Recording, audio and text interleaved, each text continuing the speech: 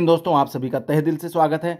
दोस्तों, घटना चक्र की जो नई वाली आई दृष्टि की करंट अफेयर्स की जो मैगजीन आई है, जिसमें कि 1 जनवरी 2024 से 30 नवंबर 2024 तक का पूरा करंट अफेयर्स का 1 साल का अपडेट दिया है। इससे हम लोग उत्तर प्रदेश स्पेशल करने वाले हैं दोस्तों। यूपी पीसीएस प्री और आरओ एग्जाम के लिए काफी इंपॉर्टेंट रहेगा। यूपी पीसीएस प्री वाले एक बार जरूर इसको उत्तर प्रदेश की पूरे 1 साल की ये घटनाएं दी हुई हैं, पूरा एक बार इसको एक बार जरूर देख लीजिए। आप लोग एग्जाम में जाने से पहले एक बार जरूर आप लोग यूपी पीसीएस वाले रिवीजन करके जाइएगा।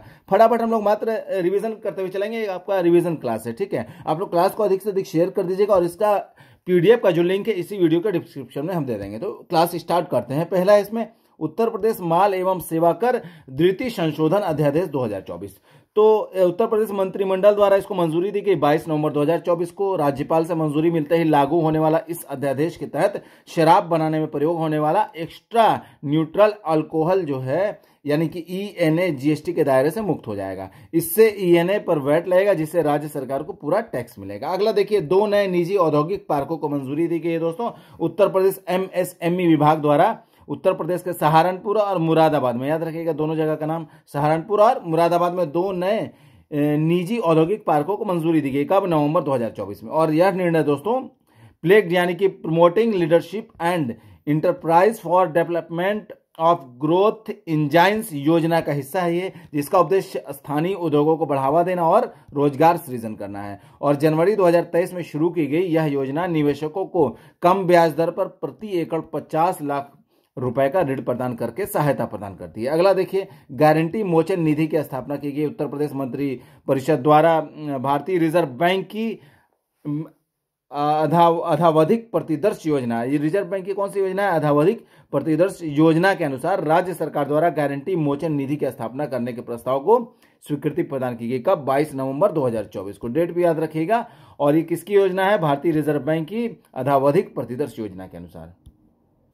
अगला है उत्तर प्रदेश पार्टनरशिप्स कॉन्क्लेव 2024। तो वर्ल्ड बैंक तथा गेट्स फाउंडेशन द्वारा लखनऊ में आयोजित किया गया नवंबर 2024 में। किसके द्वारा? वर्ल्ड बैंक तथा गेट्स फाउंडेशन दोनों ने मिलकर कहां आयोजित किया? लखनऊ में। याद रखिएगा जगह का नाम भी, ठीक है। कब हुआ? नवंबर 2024 में। अगला है CII एग्रोटेक इंडिया कृषि भारत 2024। तो भारतीय उद्योग परिसंघ यानी कि CII द्वारा लखनऊ में, इसका भी लखनऊ में ही आयोजन हुआ। कब से कब तक? 15 से 18 नवंबर 2024 के मध्य। डेट याद रखिएगा, इंपॉर्टेंट होता है, डेट पूछा जाता है।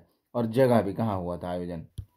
और दोस्तों इसका आयोजन जो है उत्तर प्रदेश में पहली बार हुआ है, ठीक है। और इसका मुख्य विषय देख लीजिए, important, harvesting innovation for sustainable agriculture. अगला है अंतर्राष्ट्रीय जनजाति भागीदारी उत्सव 2024। तो जनजाति गौरव दिवस के अवसर पर लखनऊ यानी कि उत्तर प्रदेश में आयोजन किया गया। इसका कब से कब तक? 15 से 20 नवंबर 2024 के मध्य तक। और इसमें 22 राज्यों के 38 लोक नृत्यों का मंचन किया गया दोस्तों। साथ ही इसमें आपका स्लोवाकिया तथा वियतनाम के कलाकारों ने भी अपनी संस्कृति प्रस्तुति दी है, ठीक है। याद रखिएगा, स्लोवाकिया तथा वियतनाम के कलाकारों ने भी इसमें हिस्सा लिया था। पहली डबल डेकर ईवी बस सेवा। तो उत्तर प्रदेश के मुख्यमंत्री योगी आदित्यनाथ ने लखनऊ में नागरिकों के लिए प्रदेश की पहली डबल डेकर ईवी बस सेवा का शुभारंभ किया। कब? 9 नवंबर 2024 को। कहां किया? लखनऊ में। याद रखिएगा जगह का नाम। इस बस का संचालन कामता बस स्टेशन से एयरपोर्ट तक होगा। कहां से कहां तक होगा? कामता बस स्टेशन से एयरपोर्ट तक होगा, ठीक है दोस्तों। तो इस अवसर पर मुख्यमंत्री ने इस बस में महिला यात्रियों को टिकट में 50% की छूट देने की घोषणा की है। साथ ही प्रत्येक शनिवार को महिलाओं के लिए हेरिटेज टूर हेतु टिकट की व्यवस्था निःशुल्क करने की घोषणा की। अगला देखिए, 13वीं राष्ट्रीय बीज कांग्रेस 2024। तो अंतर्राष्ट्रीय चावल अनुसंधान संस्थान के दक्षिण एशिया क्षेत्रीय केंद्र तथा राष्ट्रीय बीज अनुसंधान एवं प्रशिक्षण केंद्र के सहयोग से इसका आयोजन वाराणसी, उत्तर प्रदेश के वाराणसी में आयोजित किया गया। ये 28 से 30 नवंबर 2024 के मध्य। याद रखिएगा दोस्तों। और इसका मुख्य विषय याद रखिएगा, बीज क्षेत्र में क्षेत्रीय सहयोग, भागीदारी और ज्ञान को बढ़ावा देना। अगला है आपका कुंभ शाह अल याक चैटबॉट। ये क्या है दोस्तों? प्रयागराज महाकुंभ 2025 के लिए पहली बार आर्टिफिशियल इंटेलिजेंस आधारित यह चैटबॉट श्रद्धालुओं के लिए विकसित किया जा रहा है दोस्तों, ठीक है। इसमें श्रद्धालु 10 से अधिक भाषाओं में लिख और बोलकर सूचनाएं प्राप्त कर सकेंगे। अगला है उत्तर प्रदेश का पहला निजी टेक्सटाइल पार्क दोस्तों। उत्तर प्रदेश सरकार द्वारा शामली में बनाए जाने की घोषणा की गई। इसको शामली में बनेगा उत्तर प्रदेश के, ठीक है। कब बने? ये घोषणा की गई नवंबर 2024 में। और लगभग 726.61 करोड़ रुपए की लागत से यह पार्क शामली जिले के कैराना तहसील, कहां? शामली जिले के कैराना तहसील के गांव, क्या नाम है गांव के, कैराना तहसील के गांव झिंझान में बनाया जाएगा। गांव का भी नाम याद रखिएगा और तहसील का भी, कभी कभी जिले का, कभी तहसील, कभी गांव, कुछ भी ऑप्शन में आपको दे देगा, ध्यान रखिएगा, ठीक है। इसे उत्तर प्रदेश वस्त्र एवं गारमेंट नीति 2022 के तहत विकसित किया जाएगा। अगला है 8वां दीपोत्सव 2024। तो पर्यटन विभाग उत्तर प्रदेश द्वारा राम की पैड़ी अयोध्या में आयोजित आपका यानी कि 30 अक्टूबर 2024 को, ठीक है। तो इसमें एक साथ 1121 लोगों द्वारा सरयू जी आरती एवं 25.12 लाख से अधिक दीप प्रज्वलन का कीर्तिमान गिनीज वर्ल्ड रिकॉर्ड में दर्ज हुआ है। गिनीज वर्ल्ड रिकॉर्ड की ओर से मुख्यमंत्री योगी आदित्यनाथ को यह प्रमाण पत्र सौंपा गया। अगला है उत्तर प्रदेश के पहले पीपीपी मोड पर बने मेडिकल कॉलेज एंड हॉस्पिटल का उद्घाटन, ठीक है। तो उत्तर प्रदेश के मुख्यमंत्री योगी आदित्यनाथ द्वारा महाराजगंज जिले, कहां पर, महाराजगंज जिले में राज्य के पहले पीपीपी मोड पर आधारित यानी कि पब्लिक प्राइवेट पार्टनरशिप मोड पर आधारित केएमसी मेडिकल कॉलेज एवं हॉस्पिटल का उद्घाटन किया गया। कब, 25 अक्टूबर 2024 को। अगला है Uttar Pradesh clean air management project, देख लीजिए। उत्तर प्रदेश मंत्री परिषद द्वारा राज्य के अंतर्गत वायु प्रदूषण के नियंत्रण हेतु विश्व बैंक से पोषण कराए जाने के उद्देश्य से इस प्रोजेक्ट की विस्तृत परियोजना रिपोर्ट डीपीआर वर्ष 2024-25 से वर्ष 2029-30 एवं कुल ऋण की धनराशि दोस्तों आपका 2,74,153.04 लाख रुपए तथा परियोजना के क्रियान्वयन हेतु विशेष प्रायोजन वाहन Uttar Pradesh clean air management authority के गठन के प्रस्ताव का अनुमोदन किया गया। कब, 4 नवंबर 2024 को। अगला देख लीजिए अंतर्राष्ट्रीय योग एवं आरोग्य केंद्र। तो उत्तर प्रदेश मंत्रिमंडल ने बागपत जिले में इस केंद्र की स्थापना हेतु तहसील व परगना बागपत के ग्राम हरिया खेड़ा की ग्राम सभा की 1,0690 हेक्टेयर भूमि पर्यटन विभाग को निःशुल्क उपलब्ध कराए जाने के प्रस्ताव को स्वीकृति प्रदान की। कब, 4 नवंबर 2024 को। कहां बनेगा, बागपत जिले में बनेगा, याद रखिएगा। मुख्यमंत्री युवा उद्यमी विकास अभियान। तो उत्तर प्रदेश मंत्रिपरिषद द्वारा इस अभियान के प्रख्यापन के प्रस्ताव को स्वीकृति प्रदान की गई। कब, 1 अक्टूबर 2024 को। इस अभियान का उद्देश्य राज्य में शिक्षित और प्रशिक्षित युवाओं को स्वरोजगार से जोड़कर नए सूक्ष्म उद्यमों की स्थापना के माध्यम से ग्रामीण एवं शहरी क्षेत्रों में रोजगार सृजित करना है। इसके तहत प्रतिवर्ष 1 लाख युवाओं को वित्त पोषित कर स्वरोजगार मिशन के तहत आगामी 10 वर्षों में 10 लाख सूक्ष्म इकाइयों की स्थापना करना है दोस्तों। अगला है यूपी एग्रीज परियोजना के क्रियान्वयन के प्रस्ताव को स्वीकृति दी गई। उत्तर प्रदेश मंत्रिपरिषद द्वारा विश्व बैंक द्वारा सहायता प्राप्त Uttar Pradesh agriculture growth and rural enterprises ecosystem strengthening यानी कि यूपी एग्रीज परियोजना के प्रस्ताव को स्वीकृति प्रदान की गई। कब, 1 अक्टूबर 2024 को, ठीक है। तो अगला है उत्तर प्रदेश बायोप्लास्टिक्स उद्योग नीति 2024। देख लीजिए यह क्या है, उत्तर प्रदेश मंत्रिपरिषद द्वारा इस नीति के प्रख्यापन के प्रस्ताव को मंजूरी दी गई। कब, 1 अक्टूबर 2024 को। यह नीति जो है पारंपरिक प्लास्टिक के विकल्प के रूप में बायोप्लास्टिक, बायोडिग्रेडेबल और कंपोस्टेबल का प्रयोग कर प्लास्टिक प्रदूषण में कमी लाने, प्रदेश को निम्न कार्बन अर्थव्यवस्था की ओर हस्तांतरित करने, अपशिष्ट प्रबंधन को कम करने तथा राज्य में बायोप्लास्टिक उद्योग की स्थापना एवं उसे गति प्रदान करने के उद्देश्य से प्रख्यापित की गई है। अगला है सूचना प्रौद्योगिकी एवं सूचना प्रौद्योगिकी जनित सेवा को उद्योग का दर्जा, ठीक है। उत्तर प्रदेश मंत्रिपरिषद द्वारा राज्य में सूचना प्रौद्योगिकी एवं सूचना प्रौद्योगिकी जनित सेवा को उद्योग का दर्जा दिया गया। कब, 1 अक्टूबर 2024 को, ठीक है। अगला देखिए मोटे अनाज यानी कि जिसमें कि मक्का, बाजरा एवं ज्वार क्रय नीति निर्धारण प्रस्ताव जो है इसमें क्या है, उत्तर प्रदेश मंत्रिपरिषद द्वारा खरीफ विपणन वर्ष 2024-25 में मूल्य समर्थन योजना के अंतर्गत मोटे अनाज जिसमें कि मक्का, बाजरा एवं ज्वार आता है क्रय नीति के निर्धारण के प्रस्ताव को स्वीकृति प्रदान की गई 1 अक्टूबर 2024 को, ठीक है। इसके अंतर्गत मक्का का न्यूनतम समर्थन मूल्य जो है आपका 2225 रुपये प्रति क्विंटल, बाजरा का 2625 रुपये प्रति क्विंटल और ज्वार हाइब्रिड का 3371 रुपये प्रति क्विंटल एवं ज्वार मालदांडी का जो है 3421 रुपये प्रति क्विंटल निर्धारित किया गया। अगला है ग्रेटर नोएडा, देख लीजिए। तो 11 से 13 सितंबर 2024 के मध्य ग्रेटर नोएडा में सेमिकॉन इंडिया 2024 का आयोजन किया गया था दोस्तों। इस सम्मेलन एवं प्रदर्शनी का केंद्रीय विषय थीम क्या था, याद रखिएगा, इंपॉर्टेंट है, शेपिंग द सेमीकंडक्टर फ्यूचर। ठीक है, इंपॉर्टेंट है, याद रखिएगा इसको। वैश्विक अर्धचालक उद्योग से जुड़े इस भव्य कार्यक्रम का आयोजन करने वाला भारत विश्व का 8वां देश है दोस्तों, और भारत ने 1 ट्रिलियन रुपए का एक विशेष अनुसंधान कोष भी बनाया है। उल्लेखनीय है कि उत्तर प्रदेश में सेमीकंडक्टर के अनुकूल वातावरण तैयार करने के लिए उत्तर प्रदेश सेमीकंडक्टर नीति 2024 लागू की गई। उत्तर प्रदेश सैनिक स्कूल देख लीजिए, 7 सितंबर 2024 को उपराष्ट्रपति जगदीप धनखड़ ने गोरखपुर में उत्तर प्रदेश सैनिक स्कूल का लोकार्पण किया। कहां दोस्तों? गोरखपुर में। ठीक है, 176 करोड़ रुपए की लागत से निर्मित यह पूर्वांचल का पहला सैनिक स्कूल है दोस्तों, याद रखिएगा। इसमें कक्षा 6 से 12 तक छात्र छात्राओं को आवासीय शिक्षा की सुविधा उपलब्ध कराई जाएगी। देश में पहला सैनिक स्कूल जो है उत्तर प्रदेश के तत्कालीन मुख्यमंत्री डॉक्टर संपूर्णानंद ने वर्ष 1960 में लखनऊ में स्थापित किया था। अगला है जटायु संरक्षण एवं प्रजनन केंद्र। तो 6 सितंबर 2024 को मुख्यमंत्री योगी आदित्यनाथ ने कैंपियरगंज महाराजगंज में जटायु संरक्षण एवं प्रजनन केंद्र का उद्घाटन किया दोस्तों। यह गंभीर रूप से लुप्त प्राय एशियाई किंग गिद्ध के संरक्षण को समर्पित विश्व का पहला केंद्र है दोस्तों, और यह केंद्र 5 हेक्टेयर क्षेत्र में निर्मित है। अगला है रोड टू स्कूल कार्यक्रम दोस्तों। यह 20 अगस्त 2024 को मुख्यमंत्री ने गोरखपुर में रोड टू स्कूल कार्यक्रम के प्रथम चरण का शुभारंभ किया दोस्तों। पहले चरण का कहां? गोरखपुर में। ठीक है, यह कार्यक्रम निपुण भारत मिशन के अंतर्गत प्रारंभ किया गया दोस्तों। रोड टू स्कूल कार्यक्रम जो है स्कूल चलो अभियान का एक नया रूप है ये। अगला यूपी इंटरनेशनल ट्रेड शो 2024। तो 25 से 29 सितंबर 2024 तक ग्रेटर नोएडा में ये यूपी इंटरनेशनल ट्रेड शो 2024 का आयोजन हुआ। ठीक है, और यह इस ट्रेड शो का दूसरा संस्करण है दोस्तों। इस शो का जो पहला संस्करण था उसका आयोजन 21 से 25 सितंबर 2023 तक आयोजित किया गया था दोस्तों। इस वर्ष यूपी इंटरनेशनल ट्रेड शो की थीम क्या थी? याद रखिएगा, इंपॉर्टेंट है, सोर्सिंग का अद्वितीय मंच। ठीक है, ये इसकी थीम थी, सोर्सिंग का अद्वितीय मंच। और इस वर्ष ट्रेड शो में वियतनाम ने पार्टनर कंट्री के रूप में सहयोग किया। पार्टनर कंट्री के रूप में पूछा जाए किसने सहयोग किया, तो दोस्तों वियतनाम ने सहयोग किया है इस बार में। मुख्यमंत्री युवा उद्यमी विकास अभियान। तो दोस्तों ये 8 अगस्त 2024 को मुख्यमंत्री ने इसे प्रारंभ करने को निर्देश दिया है। इस कार्यक्रम का उद्देश्य उत्तर प्रदेश के शिक्षित एवं प्रशिक्षित युवाओं को स्वरोजगार से जोड़ना है।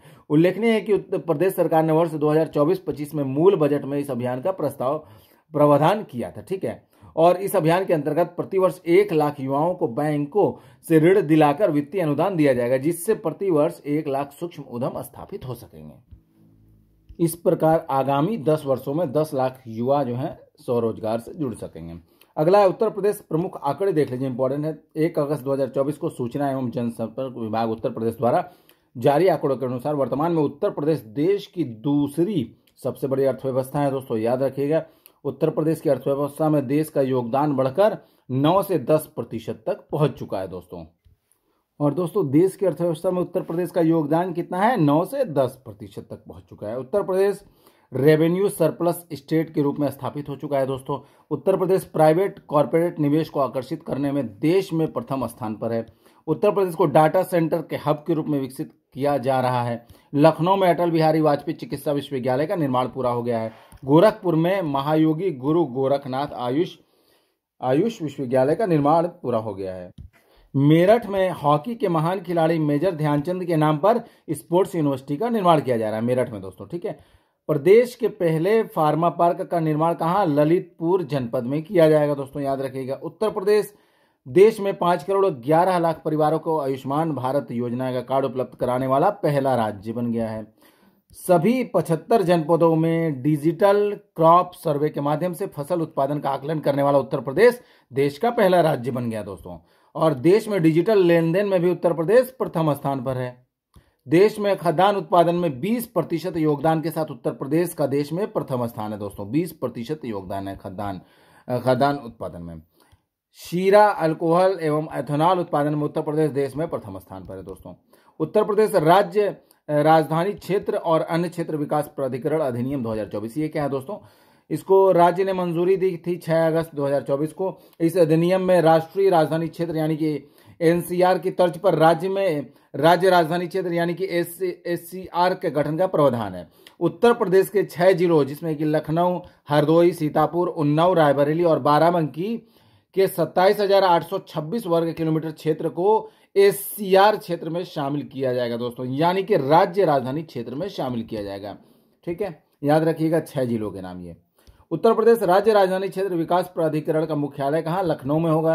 ठीक है, इस प्राधिकरण के अध्यक्ष जो है मुख्यमंत्री और उपाध्यक्ष कौन होंगे? राज्य के मुख्य सचिव होंगे। ठीक है, उत्तर प्रदेश नूजल संपत्ति लोक प्रयोजनार्थ प्रबंध और उपयोग अधिनियम 2024, तो राज्य ने मंजूरी प्रदान की थी 6 अगस्त 2024 को इसको। यह अधिनियम लोक प्रयोजनार्थ नजूल संपत्तियों के आरक्षण का बंद करने और उससे संबंधित या आनुषांगिक मामलों का बंद करने के लिए पारित किया गया दोस्तों।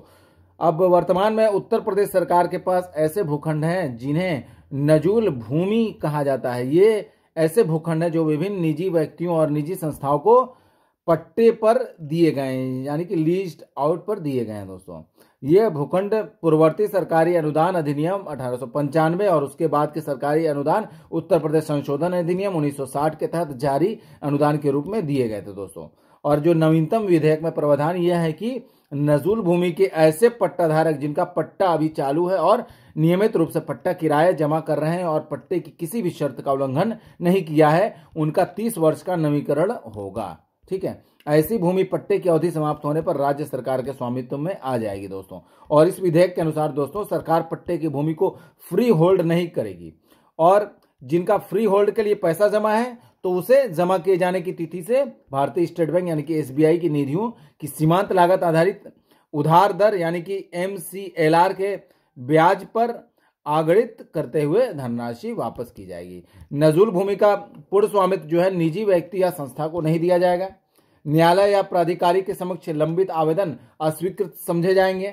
यदि पट्टा अवधि समाप्त होने पर तत्कालीन पट्टेदार एवं ऐसी भूमि का कब्जा अभ्यर्पण नहीं करता है तो ऐसे अवैध कब्जे को खाली कराया जाएगा और पट्टे की समाप्ति की तिथि से भूमि का किराया जिला मजिस्ट्रेट द्वारा नियत दर के अनुसार वसूला जाएगा। किसके द्वारा? जिला मजिस्ट्रेट द्वारा। ठीक है, अगला है उत्तर प्रदेश राज्य विश्वविद्यालय संशोधन विधेयक 2024। तो उत्तर प्रदेश विधानसभा द्वारा ये 31 जुलाई 2024 को पारित किया गया। इस विधेयक में नए स्थापित विश्वविद्यालयों के नामकरण और उसके नाम से राज्य शब्द हटाने का प्रावधान किया गया है। इसके अलावा इन विश्वविद्यालयों का क्षेत्राधिकार भी निर्धारित किया गया है। अगला है उत्तर प्रदेश नोडल विनिधान रीजन विनिर्माण निर्माण क्षेत्र अधिनियम 2024। तो राज्यपाल ने इसको मंजूरी दी 12 अगस्त 2024 को दोस्तों। लक्ष्य क्या है? राज्य की अर्थव्यवस्था को $1 ट्रिलियन बनाना, ठीक है, इसका लक्ष्य है। और इस अधिनियम के तहत उत्तर प्रदेश निर्माण क्षेत्र बोर्ड, निर्माण क्षेत्र प्राधिकरण और निर्माण क्षेत्र समिति का गठन किया जाएगा और मुख्यमंत्री जो है उत्तर प्रदेश निर्माण क्षेत्र बोर्ड के अध्यक्ष होंगे। ठीक है, इसके तहत निर्माण क्षेत्र द्वारा स्थापित किए जाने वाले रिवॉल्विंग फंड के लिए राज्य सरकार द्वारा 10 करोड़ रुपए की राशि का प्रथम योगदान किया जाएगा। उत्तर प्रदेश विधि विरुद्ध धर्म संपरिवर्तन प्रतिषेध संशोधन विधेयक 2024। ठीक है, तो उत्तर प्रदेश विधानसभा द्वारा ये 30 जुलाई 2024 को पारित किया गया। उद्देश्य क्या है? राज्य में धर्म परिवर्तन संबंधी घटनाओं को प्रभावी ढंग से रोकना और ऐसे अपराध करने वाले अभियुक्तों को कठोर सजा दिलाना। ठीक है, इस विधेयक में नाबालिग, दिव्यांग, मानसिक रूप से दुर्बल व्यक्ति, महिला, अनुसूचित जाति या अनुसूचित जनजाति के व्यक्ति के अवैध मंत्रांतरण में न्यूनतम 5 वर्ष या अधिकतम जो है 14 वर्ष तक के कठोर कारावास और न्यूनतम 1 लाख रुपए के जुर्माने का प्रावधान किया गया है। सामूहिक अवैध मतांतरण में न्यूनतम 7 वर्ष, ठीक है, न्यूनतम 7 वर्ष, अधिकतम जो है 14 वर्ष के कठोर कारावास और न्यूनतम 1 लाख रुपए के जुर्माने का प्रावधान है। यदि कोई व्यक्ति धर्म संपरिवर्तन के आशय से किसी व्यक्ति को उसके जीवन या संपत्ति को भय में डालता है, तो हमला करता है या विवाह या यौन संबंध स्थापित करता है, महिला या व्यक्ति की तस्करी करता है, तो उसे कम से कम 20 वर्ष की कठोर कारावास से दंडित किया जाएगा, जिसे आजीवन कारावास तक बढ़ाया जा सकता है। ठीक है, और इस विधेयक में अन्य प्रावधान यह भी कि यदि कोई भी व्यक्ति अवैध धर्म परिवर्तन के संबंध में किसी विदेशी या अवैध संस्था से धन प्राप्त करता है, तो उसे कम से कम 7 वर्ष के कठोर कारावास से दंडित किया जाएगा, जिसे 14 वर्ष तक बढ़ाया जा सकेगा और उस पर 10 लाख रुपए का जुर्माना भी लगाया जाएगा। अगला है उत्तर प्रदेश सार्वजनिक परीक्षा अनुचित साधनों की रोकथाम अधिनियम 2024। तो ये 30 जुलाई 2024 को उत्तर प्रदेश विधानसभा द्वारा ये आपका विधेयक को पारित किया गया था और 6 अगस्त 2024 को राज्यपाल द्वारा इस विधेयक को मंजूरी प्रदान की गई। कब? 6 अगस्त 2024। और दोस्तों, इस अधिनियम के तहत सार्वजनिक परीक्षाओं में अनुचित व्यवहार और पेपर लीक में शामिल लोगों के लिए अधिकतम सजा आजीवन कारावास और अधिकतम 1 करोड़ रुपए के जुर्माने का प्रावधान इसमें शामिल है दोस्तों। और जो परीक्षा को प्रतिकूल रूप से प्रभावित करने वाली जो कंपनी या फिर सेवा प्रदाता को हमेशा के लिए काली सूची यानी कि ब्लैक लिस्ट में डालने का प्रावधान किया गया है। इस अधिनियम में छात्रों को कारावास या जुर्माने के दंड की परिधि में शामिल नहीं किया गया दोस्तों।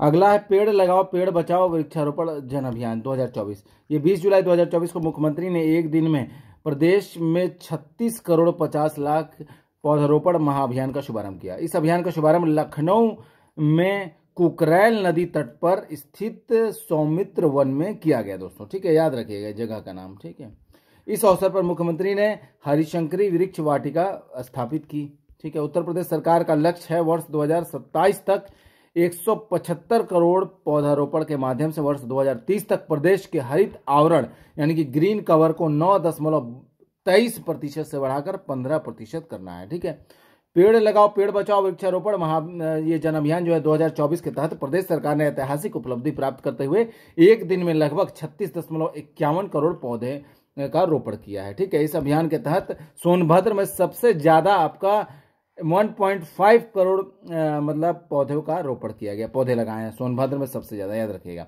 प्रयागराज देखा जाए तो उत्तर प्रदेश के तहत इस शहर में आपका हमारा संविधान हमारा सम्मान अभियान का दूसरा क्षेत्रीय कार्यक्रम आयोजित किया गया 16 जुलाई 2024 को दोस्तों प्रयागराज में। ठीक है, और यह कार्यक्रम Allahabad medical association convention centre में भारतीय संविधान को अंगीकृत किए जाने और भारत गणराज्य की 75वीं वर्षगांठ के उपलक्ष्य में आयोजित किया गया दोस्तों। इस कार्यक्रम की शुरुआत जो है उपराष्ट्रपति जगदीप धनखड़ द्वारा 24 जनवरी 2024 को नई दिल्ली में की गई थी दोस्तों। उपवन योजना और हेरिटेज ट्री अडॉप्शन योजना ये क्या है दोस्तों? उत्तर प्रदेश सरकार द्वारा राज्य में हरियाली बढ़ाने और भूजल स्तर में सुधार के उद्देश्य से यह दोनों योजनाएं चालू की गई थी दोस्तों। ठीक है, और उपवन योजना के तहत राज्य सरकार जो है शहरों से लेकर गांव तक पार्कों सड़कों के किनारे और अन्य स्थानों पर वृक्षारोपण के लिए पौधे और पेड़ों की कटिंग उपलब्ध कराएगी। हेरिटेज ट्री अडॉप्शन योजना के माध्यम से राज्य सरकार 948 विरासत वृक्षों का पोषण करेगी।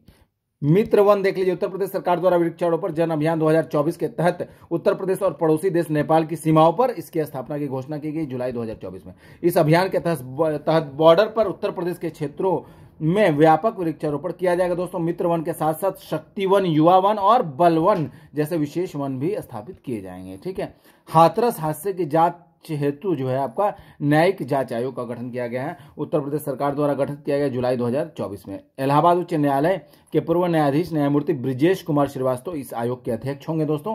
आयोग के अन्य सदस्यों में पूर्व आईएएस अधिकारी हेमंत राव और पूर्व आईपीएस अधिकारी भावेश कुमार सिंह शामिल हैं। उत्तर प्रदेश में बायो प्लास्टिक पार्क की स्थापना की जाएगी दोस्तों। उत्तर प्रदेश सरकार द्वारा प्लास्टिक प्रदूषण से निपटने के लिए लखीमपुर खीरी, कहां पर? लखीमपुर खीरी जिले में यह पार्क स्थापित करने का निर्णय लिया गया है जून 2024 में। याद रखिएगा जगह का नाम।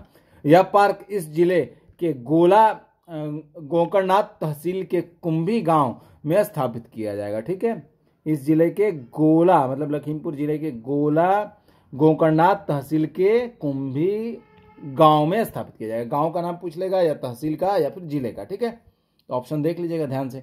आगरा और प्रयागराज के बारे में देखा जाए तो उत्तर प्रदेश मंत्रिमंडल द्वारा इन दो शहरों में यानी कि आगरा और प्रयागराज में इंटीग्रेटेड मैन्युफैक्चरिंग क्लस्टर बनाए जाने हेतु मंजूरी दी गई है 25 जून 2024 को। अगला है प्राचीन तथा विरासत भवनों को पर्यटन स्थल के रूप में विकसित करने के प्रस्ताव को मंजूरी दी गई दोस्तों।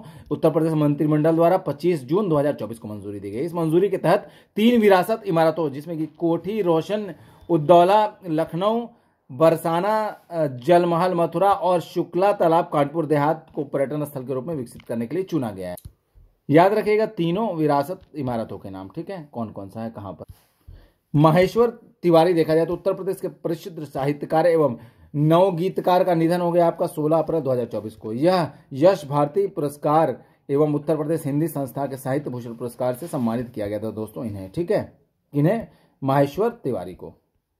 उत्तर प्रदेश ग्रीन हाइड्रोजन नीति 2024, तो ये 14 मार्च 2024 को उत्तर प्रदेश सरकार के अतिरिक्त ऊर्जा स्रोत विभाग द्वारा उत्तर प्रदेश ग्रीन हाइड्रोजन नीति 2024 को प्रख्यापित किया गया।